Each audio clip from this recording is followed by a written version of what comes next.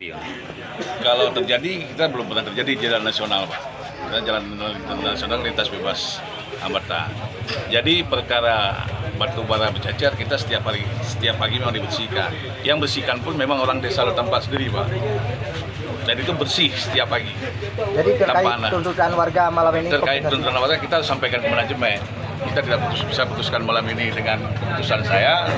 Kita tetap ajukan menunggu surat daripada pihak desa-desa yang kita lintasi, lalu kita ajukan ke manajemen. Kalau manajemen setuju, jalan. Kalau manajemen nggak setuju, ya udah itu apapun keputusan kita keputusan manajemen. Ada statement dari pihak DPR bahwa perusahaan PT AJB katanya belum boleh beroperasi.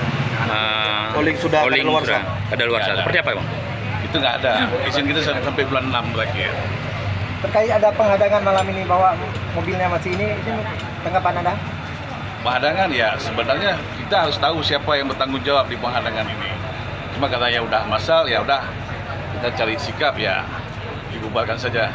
Pak, tadi ditemukan ada bawa pisau. Apakah ini sesuai dengan SOP yang berlaku di AJB sini? Itu di luar tanggung jawab AJB. Kita nggak tahu siapa yang bawa pisau. Dan kita tidak pernah memerintahkan bawa pisau.